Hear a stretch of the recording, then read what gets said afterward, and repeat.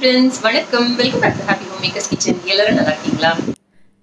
இன்னைக்கு ஒரு அசத்தலான பாதாம் சட்னி எப்படி செய்கிறதுன்னு பார்ப்போமா? வாங்க. இட்லி, தோசை, ஆப்பம், இடியாப்பம், ஊத்தப்பம் எல்லாத்தோடையும் சூப்பராக இருக்குங்க இது. வானலியில் ஒரு டீஸ்பூன் எண்ணெயை காய வச்சு ஒரு சிட்டிகை கடுகு, ஒரு சிட்டிகை சீரகம் போட்டுக்கோங்க. கடுகும் சீரகமும் பொரிஞ்சோடனே ஒரு 6லேருந்து 7 காஞ்ச மிளகாய் போட்டுக்கோங்க. ஒரு பெரிய வெங்காயத்தை கட் பண்ணி போட்டு நல்லா வதக்கிக்கோங்க.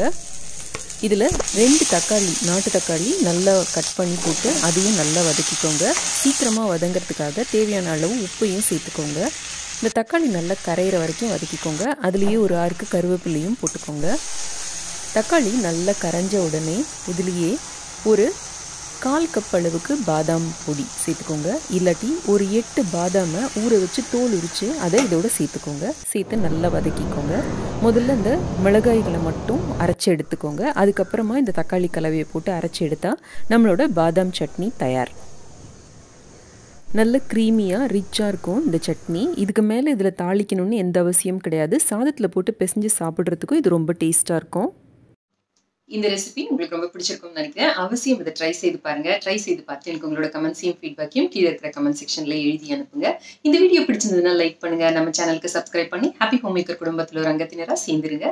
இணைந்திருங்கள். ஹாப்பி ஹோம் மேக்கருடன் எந்நாளும். நன்றி, வணக்கம்.